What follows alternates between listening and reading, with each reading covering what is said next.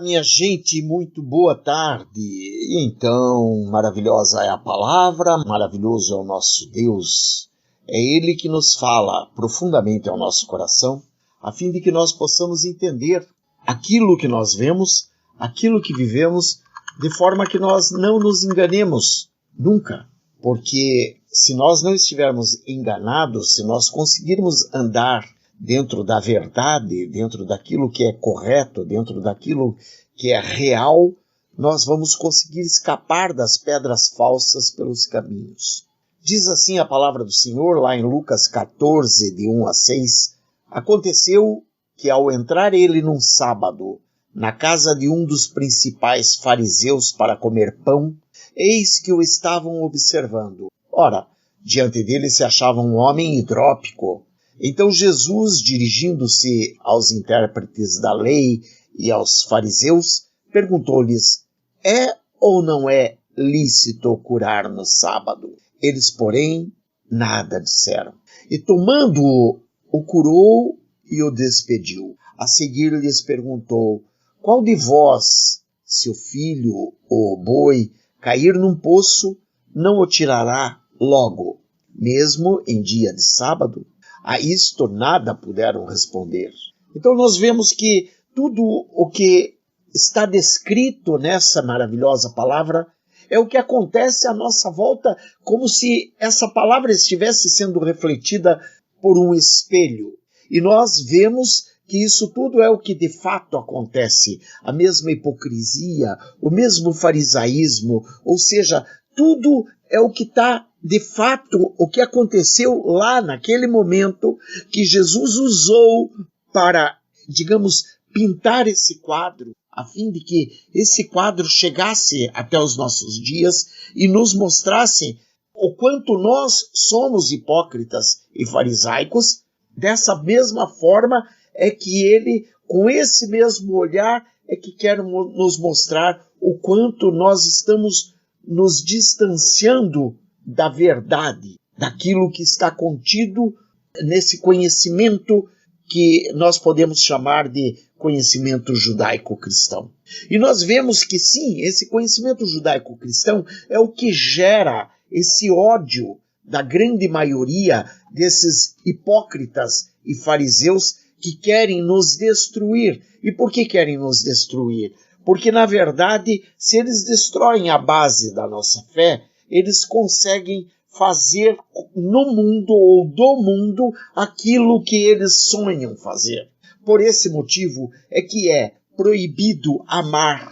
E por isso eles nos distanciam de nossos próprios irmãos. Eles nos jogam uns contra os outros, eles jogam negro contra branco, branco contra preto, pobre contra rico, rico contra pobre, irmão contra irmã, enfim, eles nos jogam uns contra os outros. Homem não pode mais amar a mulher não pode mais amar ao homem, enfim, nós estamos fadados a nos distanciar, a viver longe de tudo e de todos, a viver na bolha que eles querem, ou seja, sendo conduzidos como manada por aquele mesmo roteiro para o abatedouro. Ou seja, nós estamos fadados e proibidos de viver. Ou seja, nós temos que viver sozinhos. Nós não podemos mais viver em harmonia com os demais. Nós não podemos viver em harmonia com os nossos irmãos, com os nossos vizinhos.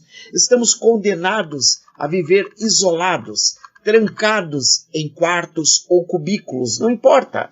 Nós temos que estar trancados, porque nós temos que morrer no isolamento.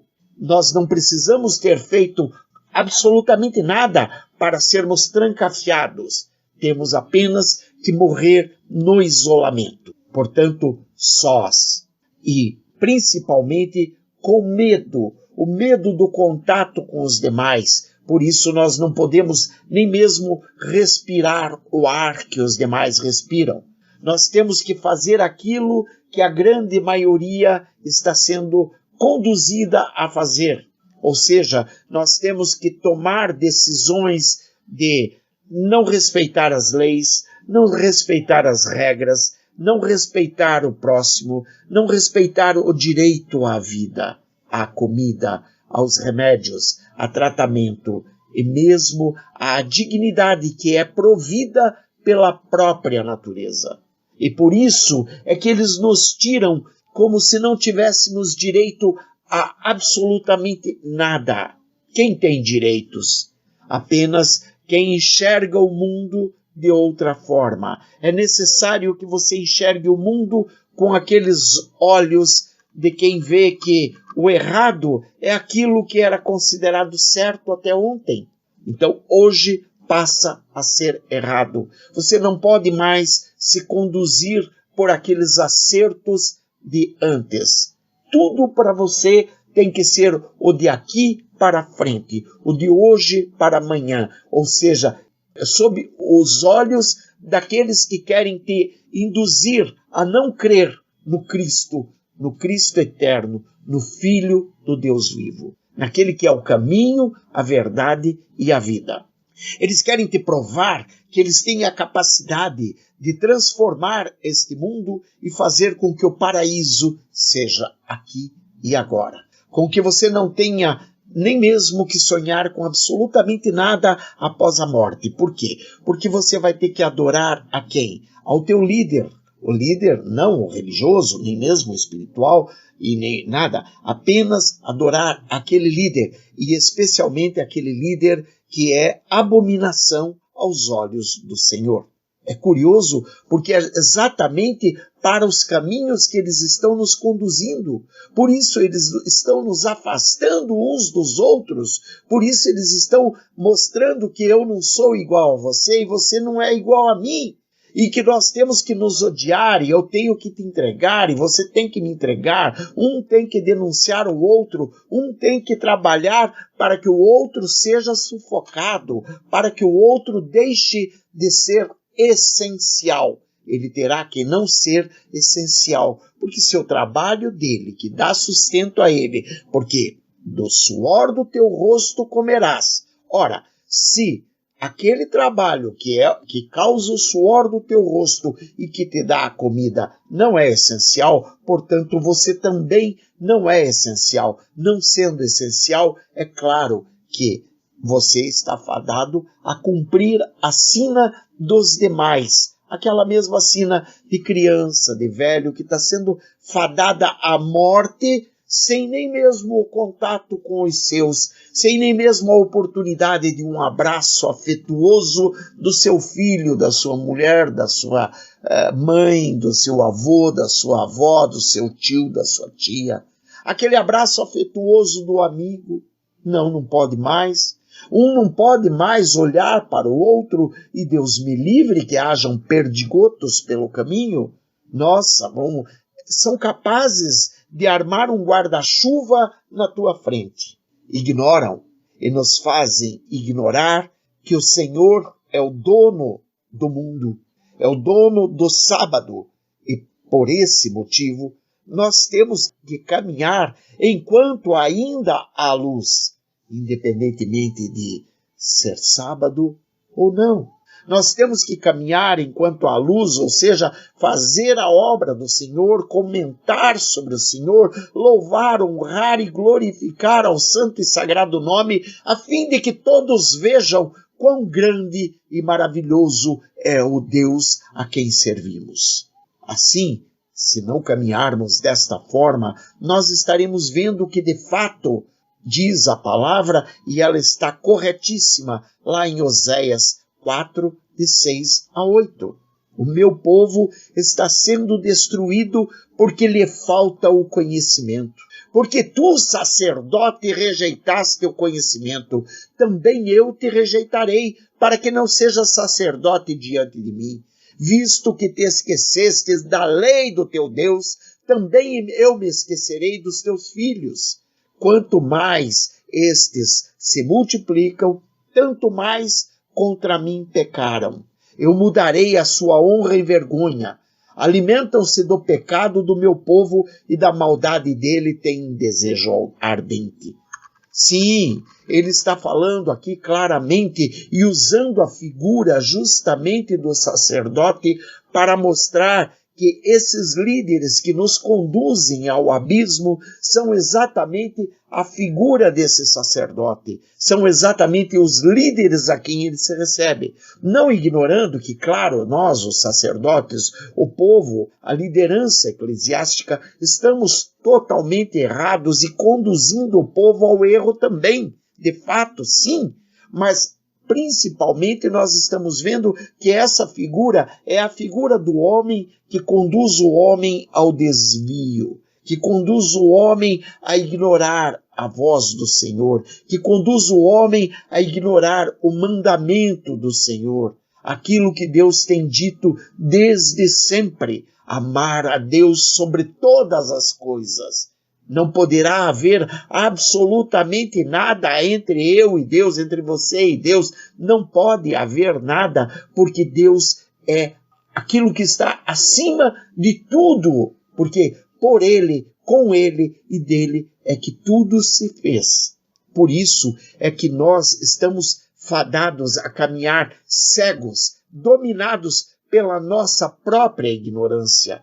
Porque nós não seguimos em busca do conhecimento que o Senhor dá a todo mundo deliberadamente, bastando apenas que nós a Ele nos dirijamos e peçamos a Ele: Senhor, me dá sabedoria.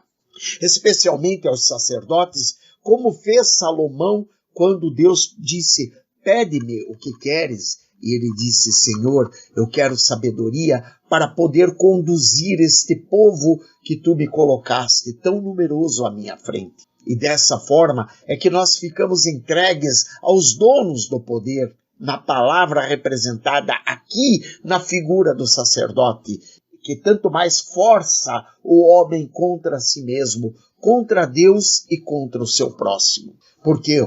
Contra Deus, em primeiro lugar, porque a palavra diz amar a Deus sobre todas as coisas.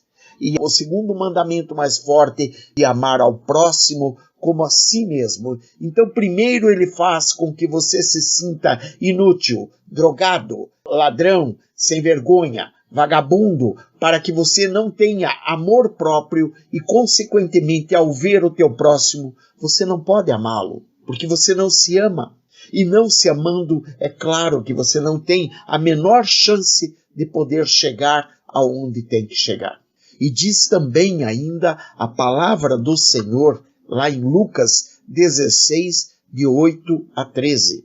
E elogiou o Senhor o administrador infiel, porque se houvera atiladamente, porque os filhos do mundo são mais hábeis na sua própria geração do que os filhos da luz. E eu vos recomendo das riquezas de origem iníquas, fazei amigos, para que quando aquelas vos faltarem, esses amigos vos recebam nos tabernáculos eternos.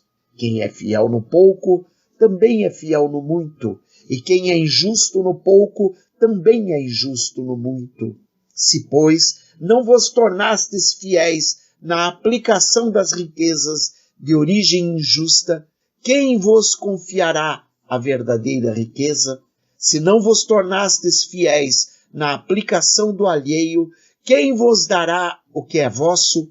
Ninguém pode servir a dois senhores, porque ou há de aborrecer-se de um e amar ao outro, ou se devotará a um e desprezará ao outro, porque não podeis servir a Deus e às riquezas.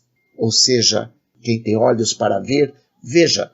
Quem tem ouvidos para ouvir, ouça o que o Espírito diz à igreja. Veja bem, o que nós temos que fazer é especialmente não servir a dois senhores. Ou você vai amar um e odiar ao outro e não conseguirá de forma alguma servir aos dois. Ou servirá a Deus ou servirá as riquezas deste mundo. As riquezas deste mundo que estão significadas pelo conhecimento errado da palavra. Ou seja, que você vai buscar com que te digam o que você deve fazer e não aquilo que Deus está te dizendo o que você deve fazer. É assim que nós apagamos a luz que nos guia, ofertada pelo Divino Espírito Santo de Deus, e dessa forma passamos a andar em trevas. E assim ainda caímos mais e mais no lago de fogo e enxofre, para o qual poderemos estar destinados, caso não passemos a conhecer o que o Senhor de fato tem nos dado a conhecer. Porque se ouvirmos aquilo que Ele de fato quer, ou seja, a luz da verdade, passaremos a entender que sim, a fé é a certeza de coisas que se esperam, a convicção de fatos que não se veem, conforme está em Hebreus 11:1. E é esta fé, é esta justamente aquela que nos ilumina e deixa cada vez mais claro o nosso caminho e nos mostra o fato de que sem ela nada mais existe. A fé é a certeza daquilo que nós esperamos. E ela é mesma tão brilhante que jamais permitirá que qualquer coisa possa obstar a força que tem essa pequenina palavra fé. Mas ela tem todo o poder a fim de que nos dê a condição e a capacidade de, através dela, nós vermos a quem é devida toda a honra e toda a glória. E é justamente por essa fé que eu busco a força para te abençoar, em nome do Pai, do Filho e do Espírito Santo. Amém e amém. Beijos. Bye. Fui.